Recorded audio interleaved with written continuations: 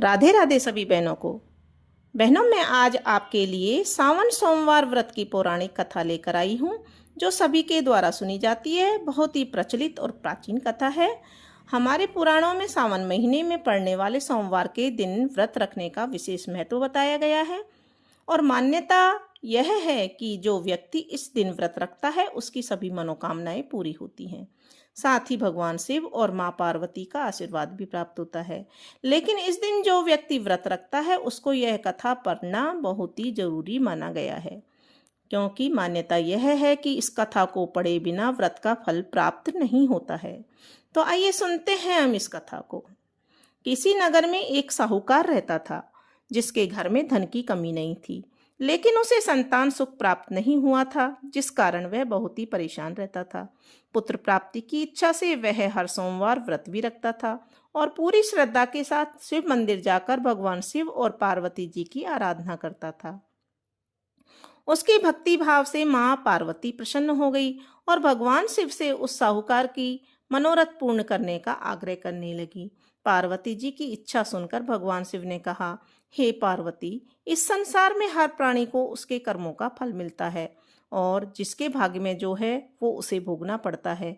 लेकिन पार्वती जी ने साहूकार की भक्ति का मान रखने के लिए उसकी मनोकामना पूर्ण करने के लिए कहा। माता पार्वती के आग्रह पर शिवजी ने साहूकार को पुत्र प्राप्ति का वरदान दिया, लेकिन साथ ही यह भी कहा कि इस बालक की उम्र केवल 12 वर्ष ही होगी। माता पार्वती और भगवान शिव की बातचीत को साहूकार सुन रहा था, जिसे सुनकर ना तो उसे कोई खुशी हुई और ना ही दुख। वह तो पहले की तरह ही शिव जी की पूजा करता रहा। कुछ समय बाद साहूकार को पुत्र की प्राप्ति हुई। जब वह बालक 11 वर्ष का हुआ तो उसे पढ़ने के लिए काशी भेजा गया। साहूकार ने पुत्र के मामा को बुलाया और उसे बहुत सारा धन दिया और कहा कि तुम इस बालक को काशी विद्या प्राप्त करने के लिए ले जाओ और मार्ग में यज्ञ कराते जाना। जहाँ भी यज्ञ कराओ वहाँ ब्राह्मणों को भोजन कराकर दक्षिणा देते हुए जाना। दोनों मामा भांजे इसी तरह यज्ञ कराते हुए और ब्राह्मणों को दान दक्षिणा देते हुए काशी की ओर चल पड़े। रास्ते में एक नगर पड़ा, जहाँ नगर के राजा की कन्या का विवाह था, लेकिन जिस राजकुमार से उसका विवाह होने को था वह एक आंख से काना था, जिसकी जानकारी लड़की और उसके घर वालों को नहीं थी। राजकुमार के पिता ने अपने पुत्र के काना होने की बात को छुपाने के लिए एक चाल सोची। साहूकार के पुत्र को देखकर उसने सोचा, क्यों न इस लड़के को ही दूल्हा बनाकर राजकुमारी से विवाह करा दिया जाए और विवाह के बाद इसको धन देकर विदा कर दूंगा और राजकुमारी को अपने नगर ले जाऊंगा। उसने लड़के को दूल्हे के वस्त्र पहनाकर राजकुमारी से उसका विवाह करा दिया। लेकिन साहूकार का पुत्र ईमानदार था। उसने मौका पाकर राजकुमार की चुन्नी पर लिख दिया कि तुम्हारा विवाह तो मेरे साथ हुआ है, लेकिन जिस राजकुमार के साथ तुम्हें भेजा जाएगा वह एक आंख से काना है। मैं तो काशी पढ़ने के लिए जा रहा हूँ। राजकुमारी ने चुन्नी पर लिखी बात अपने माता पिता को बताई। राजा ने अपनी पुत्री को विदा नहीं किया। दूसरी ओर साहूकार का लड़का और उसका मामा काशी पहुंचे। वहां जाकर उन्होंने यज्ञ किया। जिस दिन लड़के की आयु 12 वर्ष की हुई उसी दिन यज्ञ रखा गया। लड़के ने अपने मामा से कहा, मेरी तबीयत कुछ ठीक नहीं है। मामा ने कहा कि तुम अंदर जाकर सो जाओ। शिवजी के वरदान अनुसार कुछ ही देर में उस बालक के प्राण निकल गई। मृत भांजे को देखकर उसके मामा ने विलाप करना शुरू किया। संयोगवश उसी समय शिवजी और माता पार्वती जी उधर से जा रहे थे।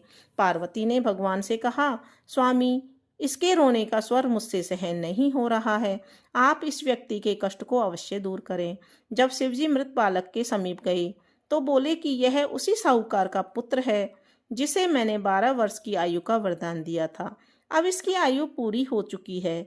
लेकिन मातृभाव से विभोर माता पार्वती ने कहा, हे महादेव, आप इस बालक को और आयु देने की कृपा करें, अन्यथा इसके वियोग में इसके माता पिता भी तड़प तड़प कर मर जाएंगे। माता पार्वती के आग्रह पर भगवान शिव ने उस लड़के को जीवित होने का वरदान दे दिया। शिव जी की कृपा से वह लड़का जीवित हो गया। शिक्षा समाप्त करके लड़का मामा के साथ अपने नगर की ओर चल दिया। दोनों चलते हुए उसी नगर में पहुंचे जहां उसका विवाह हुआ था। उस नगर में भी उन्होंने यज्ञ का आयोजन किया।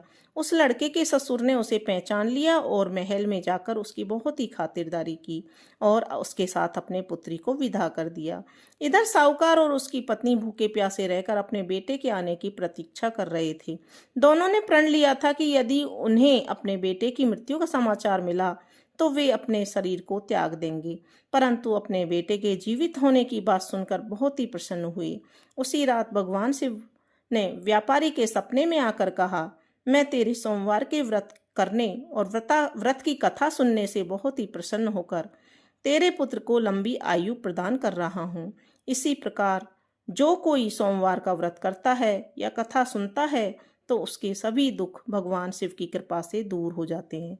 बोलो शिव शंकर भगवान की जय।